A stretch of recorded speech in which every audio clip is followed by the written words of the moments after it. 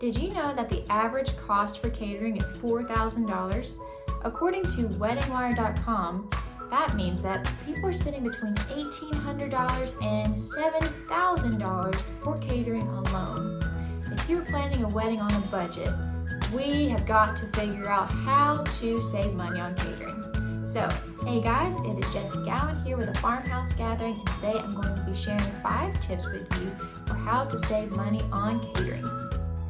Tip number 1 is to establish a budget and double check your guest list. You have to establish your budget early on.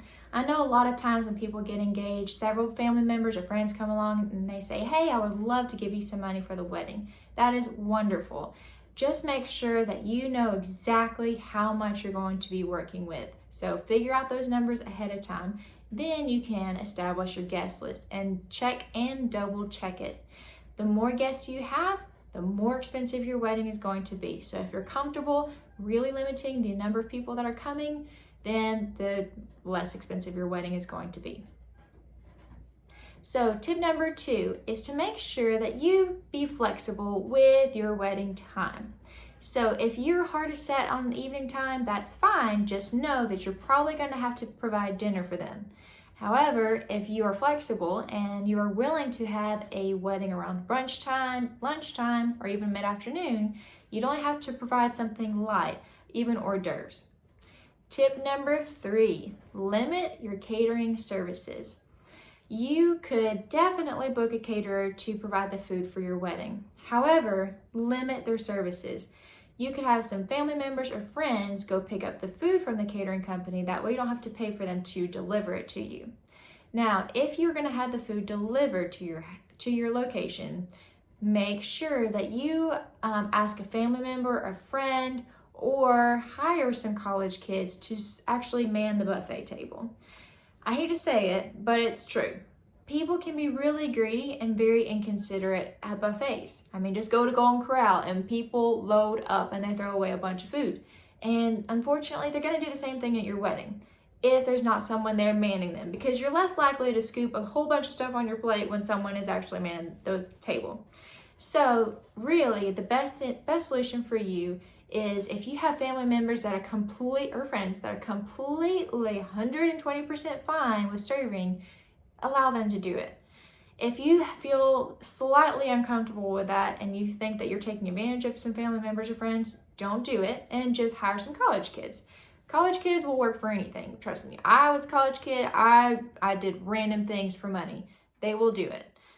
So look out for some random college kids that you know of, or kids that live on your street, and hire them to man the buffet table, scoop out the portions, and that way the food lasts a lot longer and you don't run out of food. Now, if you're going to do the buffet style, something to consider are the buffet kits. Now, when you have a catering company come, they usually bring all that stuff. That is part of their cost. But you can buy your own catering kit, your own buffet kit, I should say. I'll even link it below. You can go to Walmart's website and they have buffet kits that are only $27 actually. And that's great. That's a great deal. And it's a great way to keep your food warm. If you need to keep the food cold, hopefully your venue has a refrigerator that they would let you use, or you can get some coolers somewhere. And a lot of people already have coolers or large coolers. And tip number 4 is to have servers at your buffet. So like I said before, it's helpful to have those servers there just because they can help man the food table and it limits the amount of food that people are getting so you don't run out.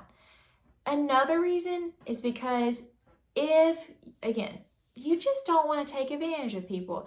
You don't want your grandma serving people and you want her to enjoy it. Yes, this is your wedding day, but it's not always all about you, you know? It is because it is your wedding, but you've got to be considerate of people. So don't have your mom or your grandmother manning the buffet table and keeping the food piled on, keeping it all stocked. If they just love doing that and they keep telling you, please, please, please, please, please, let me do that, I want to save you money, then just let them if they're insisting on it. But I think it's okay to go ahead and pay a little extra money to have someone do it for you. That way you and your family and friends can really enjoy the day.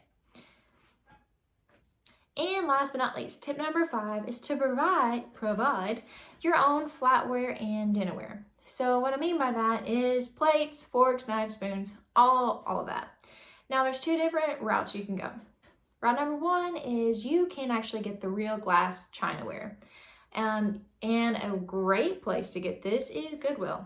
If you are one of those people that likes to go yard selling, which I love, totally go yard selling, go to estate sales.